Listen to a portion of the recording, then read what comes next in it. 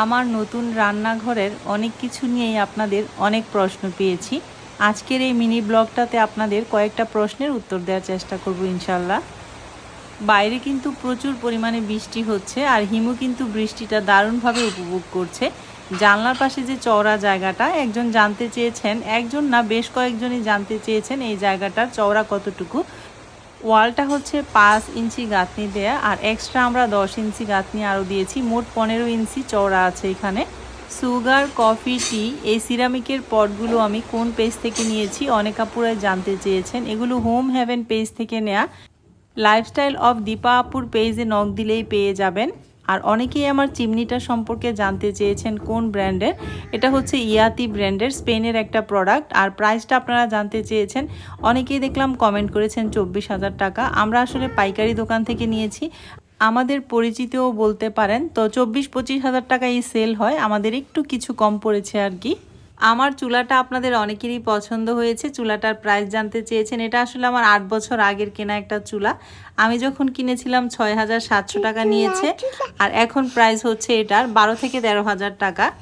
আপনাদের প্রশ্নের উত্তর দিচ্ছিলাম, আর এদিক থেকে আমি কিন্তু ভুড়ি রান্না করছিলাম।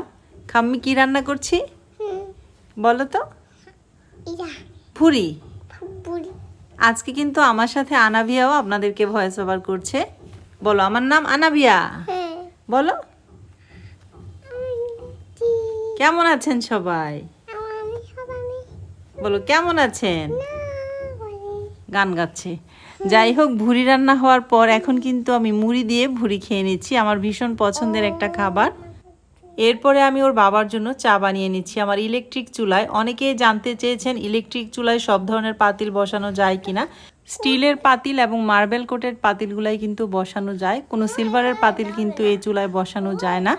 আমার এই স্টিলের চায়ের পাতিলটা কত সিএম জানতে চেয়েছেন একজন আপু। আসলে সিএমটা লেখা নেই, 1000 মিলি পর্যন্ত এখানে ইউজ করা যাবে। এখন বাজে হচ্ছে রাত 8:30টার বেশি বাজে। তো বোনের জন্য একটু ভুড়ি রান্না করেছি, সেটাই বক্সে করে নিয়ে যাব। কিরে, আমার বাড়িতে ঢুকতেও দেস না আমাকে, বাইরেতেও দেস না আমাকে, হ্যাঁ? গেলি যা। ও বাবা, সবগুলা সারা রাত পাহাড় দেয়, সারাদিন পাহাড় দেয়, কি যে একটা যন্ত্রণার মধ্যে। বাইরেতেও দেয় না কেউ, ঢুকতেও দেয় না।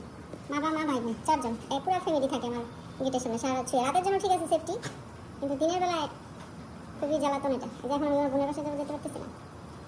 ফোন দিলাম আজমাইনকে পাঠাইতে, আজমাইন এসে ওদেরকে মারবে, তারপর আমার নিয়ে যাবে।